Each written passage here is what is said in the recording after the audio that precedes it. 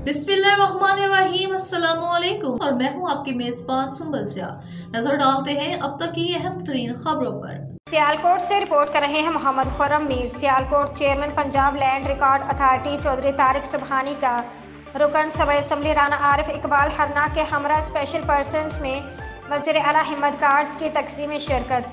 Chairman PLRA Chaudhary Tariq Subhani ने कहा है कि वज़ीर आला पंजाब मरियम नवाज शरीफ के खसूसी प्रोग्राम हिम्मत कार्ड के इजरा से हकदारों में बगैर इज्जत नफ्स मजरू किए वज़ाइफ की तकसीम मुमकिन हुई है।